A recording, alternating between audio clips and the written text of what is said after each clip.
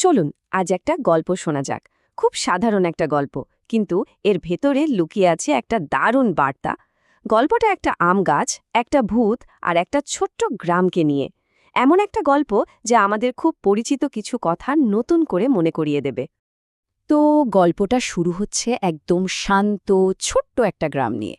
একটু কল্পনা করুন তো, মাটির রাস্তা, বিকেলবেলার নরম রোদ, সবকিছু খুব ধীর গতিতে চলছে। মোটামুটি সবাই সবাইকে চেনে। গল্পের মঞ্চটা কিন্তু এখানেই তৈরি হচ্ছে। আর এই গ্রামের ঠিক পাশেই ছিল আমাদের গল্পের মূল আকর্ষণ, একটা বিশাল পুরনো আম গাছ। গাছটাকে দেখলেই মনে হয় এর ডালে পাতায় কত যে রহস্য, কত গল্প জমে আছে, তাই না? এই গাছটাই কিন্তু আমাদের গল্পের চরিত্রদের এক সুতোয় বাঁধবে। বেশ, তাহলে গল্পের মঞ্চ একদম প্রস্তুত।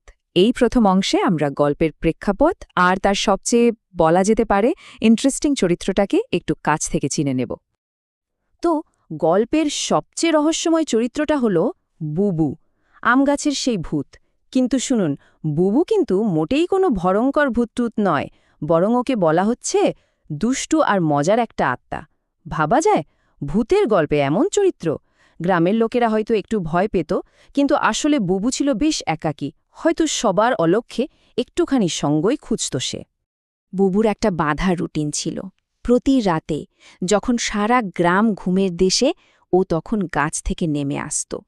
চুপ্পিসারে গ্রামের এদিক ওদিক ঘুরে বেড়াত। হয়তো ওর ওভাবে মানুষের জীবনের একটু কাছাকাছি আসার চেষ্টা করত। এটাই ছিল গ্রামের সঙ্গে ওর একমাত্র নীরব একটা সম্পর্ক। আচ্ছা, এবার গল্পে একটা নতুন মোড় আসতে চলেছে। এই অংশেই আমরা প্রথম একটা সমস্যা বা ঘটনার মুখোমুখি হব, যেটা বুবুর জীবনটাকেই হয়তো বদলে দেবে। তো তেমনই এক রাতে ঘোরার সময় বুবুর চোখে পড়ল রাহুল নামের একটা ছোট্ট ছেলে কাঁদছে। এই কান্নাটাই কিন্তু গল্পের মোড় ঘুরিয়ে দেবে। একটা ভূতের শান্ত একাকী জীবনে হঠাৎ একটা মানবিক মুহূর্ত চলে এলো। এখন প্রশ্ন হল, রাহুল কাঁদছিল কেন? কারণ ওর প্রিয় ঘুড়িটা, হ্যাঁ, ঠিক ওই আম গাছেরই সবচেয়ে উঁচু একটা ডালে আটকে গিয়েছিল। একটা বাচ্চার কাছে তার প্রিয় খেলনার দাম যে কতখানি, তা তো আমরা সবাই জানি। রাহুলের কাছে যা ছিল অমূল্য, সেটাই তখন ওর নাগালের একদম বাইরে।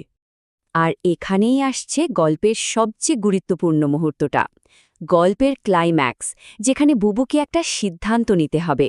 আর এই সিদ্ধান্তটাই ঠিক করে দেবে গল্পটা এরপর কোন দিকে যাবে। আর ঠিক এই মুহূর্তেই সব কিছু বদলে গেল।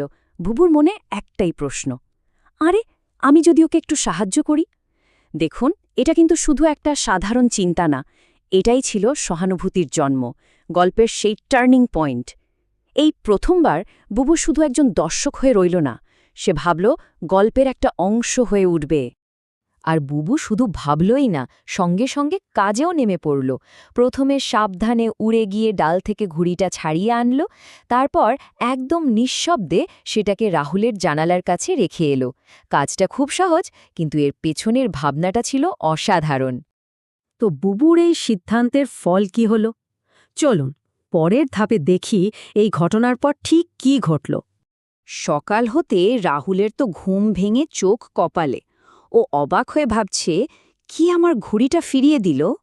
এই একটা প্রশ্নই গ্রামের মধ্যে একটা নতুন মিষ্টি রহস্যের জন্ম দিল। আর আমাদের বুবু, সে তো দূর থেকে গাছের ডালে বসে মিটিমিটি হাসছিল। ওর ওই হাসিটাই যেন বলে দিচ্ছিল এই কাজের পেছনে ওর কোনো স্বার্থ ছিল না, ছিল শুধু অন্যকে সাহায্য করা, পিওর নির্ভেজাল আনন্দ। এবং সবশেষে আমরা পৌঁছে গিয়েছি গল্পের একেবারে শেষ পর্যায়ে, যেখানে আমরা দেখব কিভাবে একটা ঘটনা গ্রামের মানুষের পুরো দৃষ্টিভঙ্গিটাই বদলে দিয়ে একটা নতুন বাস্তবতার জন্ম দিল। দেখুন, কি অসাধারণ একটা পরিবর্তন!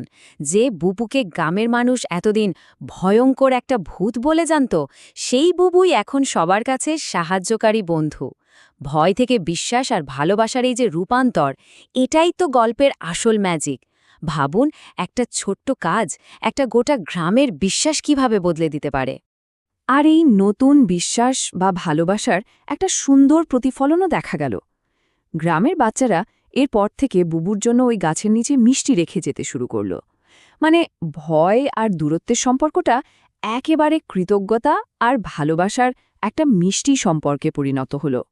তাহলে পুরো গল্পটা শুনে কি মনে হচ্ছে?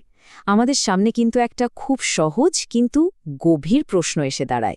কিভাবে ছোট্ট একটা ভালো কাজ, একটা সামান্য দয়ার প্রকাশ, একটা আস্ত গল্পের অভিমুখী বদলে দিতে পারে? শুধু কি গল্পের, হয়তো আমাদের